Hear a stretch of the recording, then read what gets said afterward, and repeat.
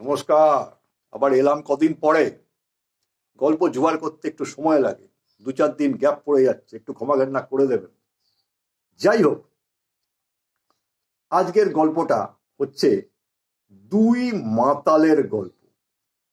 এখন এই দুই মাতালের গল্পে আপনাদেরকে একটা ছোট্ট প্রশ্ন করব। এই প্রশ্নটার উত্তর কিন্তু আপনারাই দেবেন, আমি দেব না। আশা করি প্রশ্নের উত্তর আপনারা গল্পের ভেতরই পেয়ে যাবেন। কি ব্যাপার? দুই মাতাল, তাদের কাজ হচ্ছে রেগুলারই কাজ থেকে ফেরার পথে কয়েক পেগ খেয়ে তারপরে বাড়ি ফেরা। যথারীতি দুজনেই খেয়েছে, এক জায়গা থেকে না, দুটো ভিন্ন ভিন্ন জায়গা থেকে। ধরুন তাদের নাম রামবাবু আর শ্যামবাবু। তার রামবাবু এক জায়গায় খেয়েছে, শ্যামবাবু আরেক জায়গায় খেয়েছে। খেয়ে দুজনে এবারে বাড়ি ফিরছে। তা বাড়ি ফেরার পথে এইবারে দুজনের হয়েছে কি, মুখোমুখি দেখা। দুজনে কিন্তু টাল হয়ে আছে, কয়েক পেগ পেটে পড়েছে, এবং কার পেগ কটা সেটা আপনারা বিচার করবেন।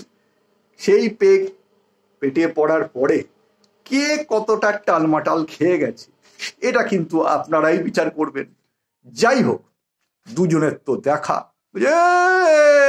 রামবাবু প্রশ্ন করেছে, রে শ্যাম, দাঁড়া দাঁড়া দাঁড়া দাঁড়া দাঁড়া দাঁড়া দাঁড়া। শ্যামও টলছে, রামও টলছে। বলছে, কি ব্যাপার, তুই দাঁড় করালি কেন? বলছে, দাঁড় করালাম কেন, মনে আছে তোর? তুই আমার কাছ থেকে টাকা ধার করেছিলি। ও বলছি, অকাণ্ড, আমি তোর কাছ থেকে টাকা ধার করেছিলাম? তাই নাকি রে? কবে? ওই কবে? 1 মাস হয়ে গেল, তারপর থেকে তো তোরা দেখাই পাই না। টাকাটা ফেরত দেওয়ার নাম নেই, নাকি টাকাটা মেরেই দেবি ভেবেছিস? আমার কাছ থেকে টাকা মেরে কেউ পার পায় না। আজকে এই মুহূর্তে তুই আমাকে টাকা ফেরত দিবি কিনা বল। যাকে বলা সে শ্যাম, সেও তো টাল খেয়ে আছে। বলে, তাই নাকি?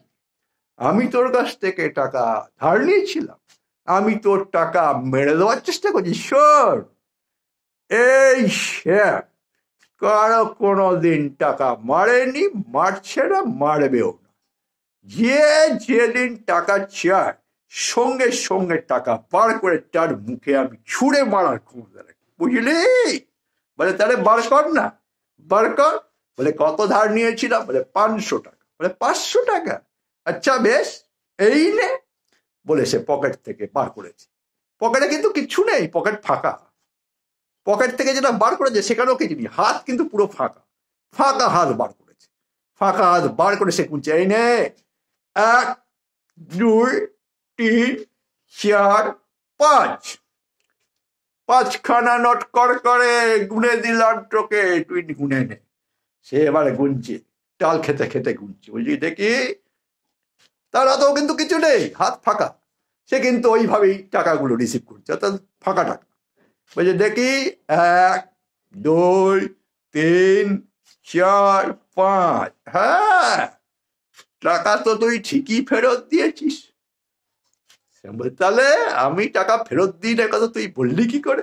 বলে, তুই টাকা ফেরত দিয়েছিস ঠিকই, কিন্তু একটা গলতি করেছিস। বলে, কেন, কি ব্যাপার? 5টা নোটের ভেতরে একটা, এটা তো পুরো ছেঁড়া রে, ছেঁড়া নোটটা বদলে দে। নোট ছেঁড়া? তাই নাকি? কোথায় দেখি? ব্যাস, এর বেশি আর কিছু বলবো না।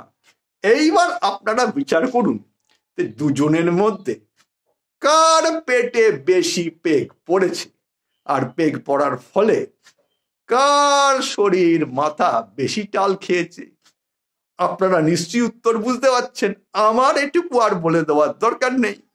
আজকের মতো ছোট্ট গল্প এখানেই শেষ। আবার একটা ছোট কিছু জোগাড় করতে পারলে আবার আসবো আপনাদের কাছে। আজকের মতো বিদায় নিচ্ছি। জয় হিন্দ, বন্দে মাতরম।